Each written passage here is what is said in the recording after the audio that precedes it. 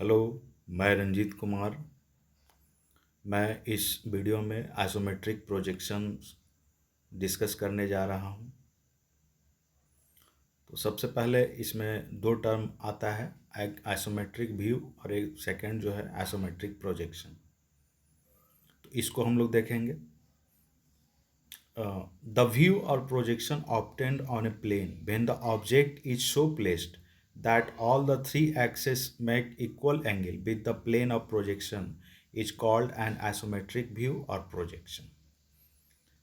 What is isometric? Iso means equal and metric projections means a projections to a reduced measure.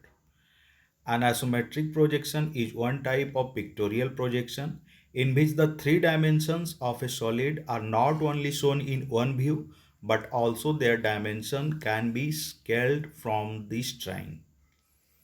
तो कहने का मतलब है कि आइसोमेट्रिक व्यू या आइसोमेट्रिक प्रोजेक्शन है वो एक पिक्टोरियल रिप्रेजेंटेशन होता है जिसमें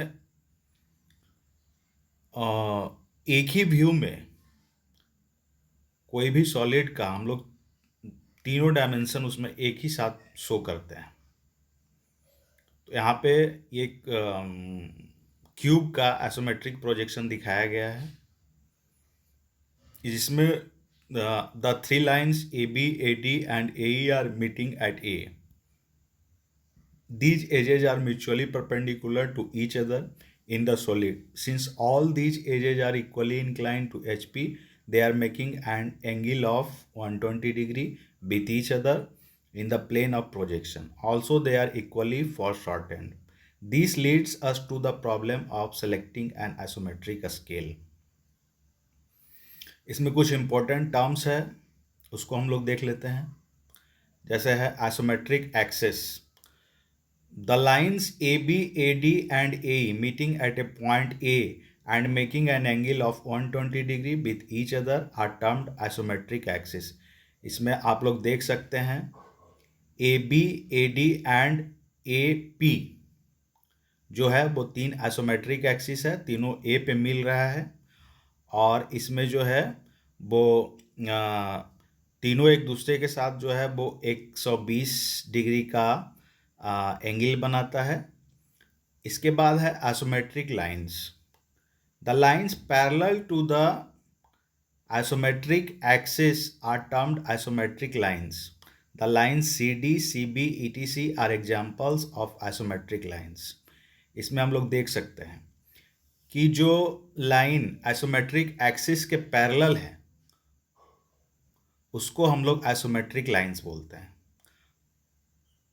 यहाँ पे जो है सी डी, सी बी और सी आर तीन आइसोमेट्रिक एक्सिस के पैरेलल है, तो ये तीनों जो है वो आइसोमेट्रिक लाइंस हैं. उसके बाद है non isometric lines. The lines which are not parallel to isometric axis are termed non isometric lines. The B D is an example. कहने का मतलब है कि जो लाइन आइसोमेट्रिक एक्सिस के पैरेलल नहीं है वो नॉन आइसोमेट्रिक लाइंस है, जिसमें कि इसमें एग्जाम्पल दिया गया है बी डी. बी डी जैसा कि फिगर में दिखाया गया है वो किसी भी आइसोमेट्रिक एक्सिस के पैरेलल नहीं है, तो वो नॉन आइसोमेट्रिक लाइंस है.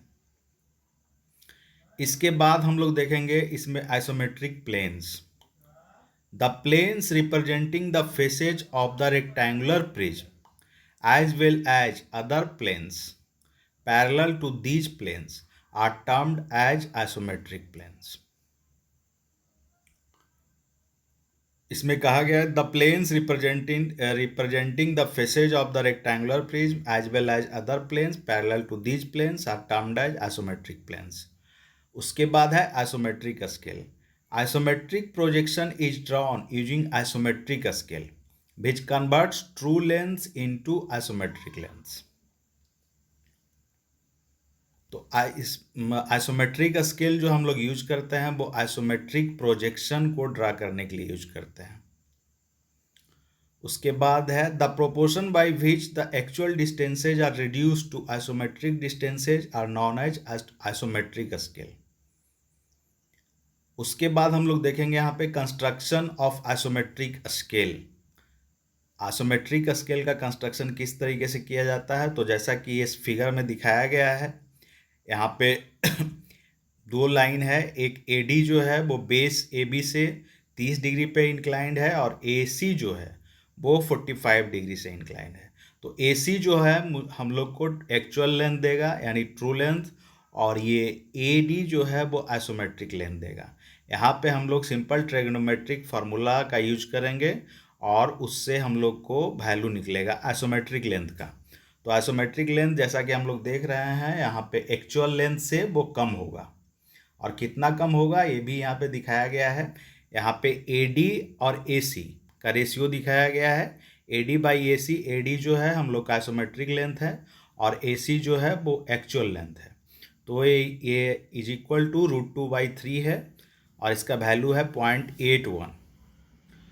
तो ये जो आइसोमेट्रिक लेंथ होता है वो 0.81 इंटू एक्चुअल लेंथ होता है। इसका कहने का मतलब हुआ कि जो आइसोमेट्रिक लेंथ है वो एक्चुअल लेंथ से कम होगा।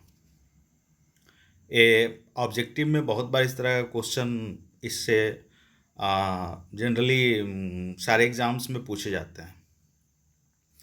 अब यहाँ पे हम लोग देखेंगे difference between isometric views and isometric projection. Isometric view और आइसोमेट्रिक प्रोजेक्शन के बीच में क्या डिफरेंस है, वो उससे रिलेटेड भी क्वेश्चंस एग्जाम में, और ये मोस्ट कॉमन क्वेश्चंस है ऑब्जेक्टिव में, तो हमेशा पूछे जाते हैं। तो आइसोमेट्रिक व्यू क्या है, drawn to actual scale. Isometric projection में है ड्रॉन टू आइसोमेट्रिक स्केल।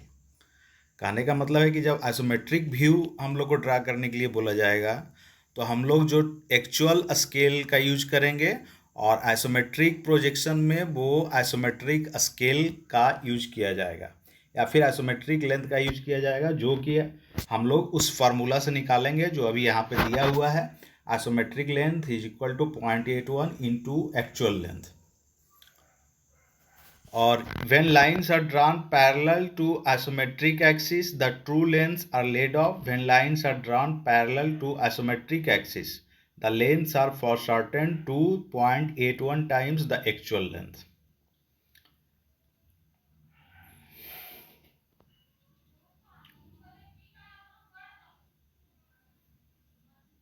अब यहाँ पे हम लोग देखेंगे ये कुछ व्यूज दिया गया है। यहाँ पे ऑर्थोग्राफिक प्रोजेक्शन है, ये आइसोमेट्रिक प्रोजेक्शन है और ये आइसोमेट्रिक व्यू है। तो सिंपल सा बात है, आइसोमेट्रिक व्यू जो है वो एक्चुअल जो लेंथ होता है एक्चुअल स्केल पे हम लोग ड्रा करते हैं। तो आइसोमेट्रिक व्यू का जो शेप एंड साइज होगा वो थोड़ा बड़ा होगा आइसोमेट्रिक प्रोजेक्शन के रिस्पेक्ट में, और आइसोमेट्रिक प्रोजेक्शन का जो शेप साइज होगा वो आइसोमेट्रिक व्यू के रिस्पेक्ट में कम होगा।